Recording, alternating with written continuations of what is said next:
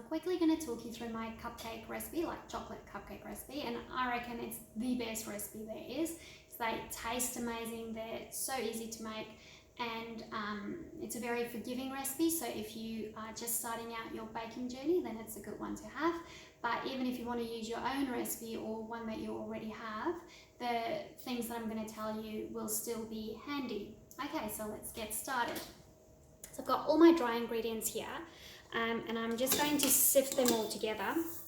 Now, I've done a lot of reading about sifting or not sifting, and there's actually not a whole lot of proof that it makes your cakes lighter, because they say you can just use a hand whisk and it will do the same thing. But I find sometimes the cocoa especially and the bicarb soda make little lumps, and you actually don't want that in your cake or cupcake, so always a good idea. It's just easier to sift it all together. So breaking up all the little, you can see some of the sugar. The sugar will dissolve, so that's not really a problem, but the little bicarb soda lumps, my hands are clean, I'm just going to push them through. And the little cocoa lumps, you don't want that. Okay, that's sugar, like really big sugar crystals. They will dissolve, so I'll just chuck them out. My kids think that's really funny when I tip it over, because they say, what's the use?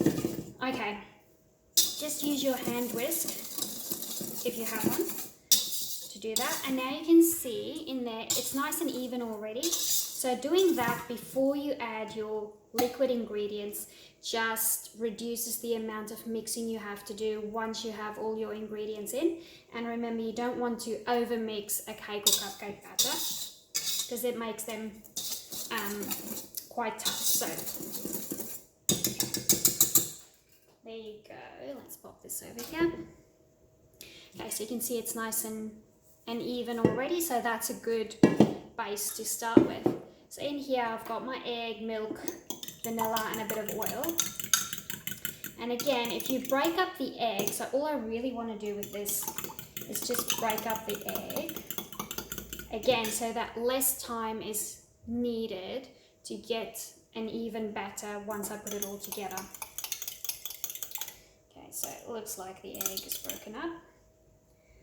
Put this in here, and I'm going to put that in my Kenwood now, so on the stand mixer, so there will be a bit of noise, but because I've done some pre-mixing, we won't need a whole lot of mixing now.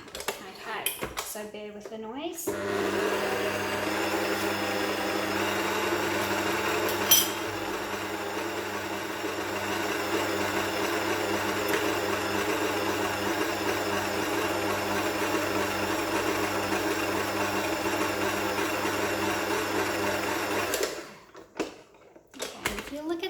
Now I'll show you. You can see I still have like a bit of dry ingredients around the sides, and you just want to make sure that you get all the little lumps and clumps that get caught up in there. Scrape your sides, make sure you're getting everything in there. But see, I did not spend a whole lot of time mixing that, and it's almost ready. So I'm just going to give it like a good scrape around the bottom, because sometimes the dry ingredients get stuck down at the bottom. So there we go. And I'm just going to give it another couple of seconds to make sure that it's 100% mixed.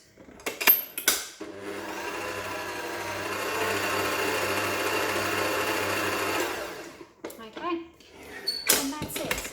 You can see it's a nice and liquidy batter already, and I think the secret to, or not the secret, but the ingredient that makes this recipe so forgiving is the boiling water that gets added in at the end.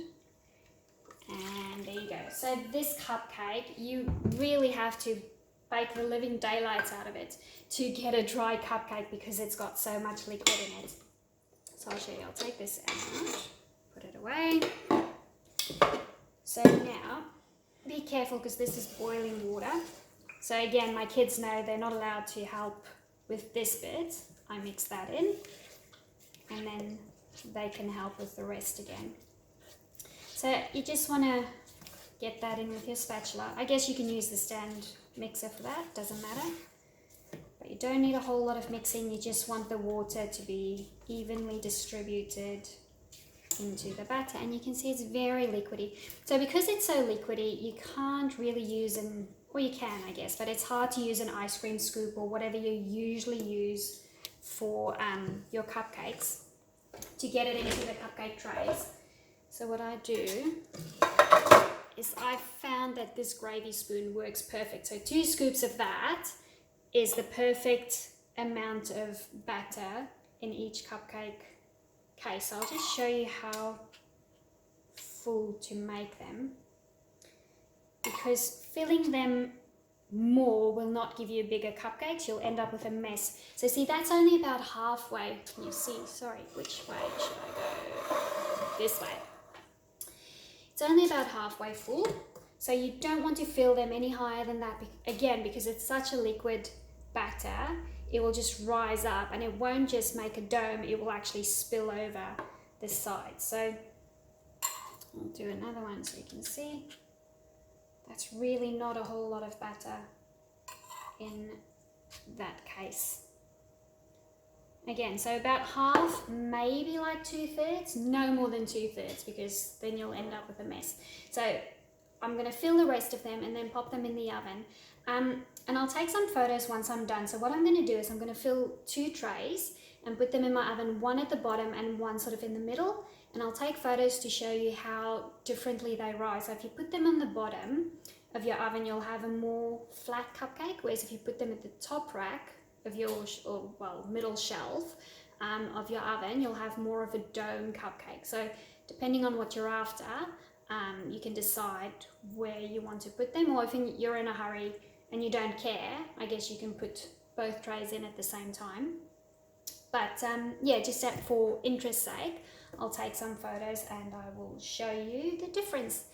And in a little while, once they're done and cooled down, I will make a little video with the buttercream.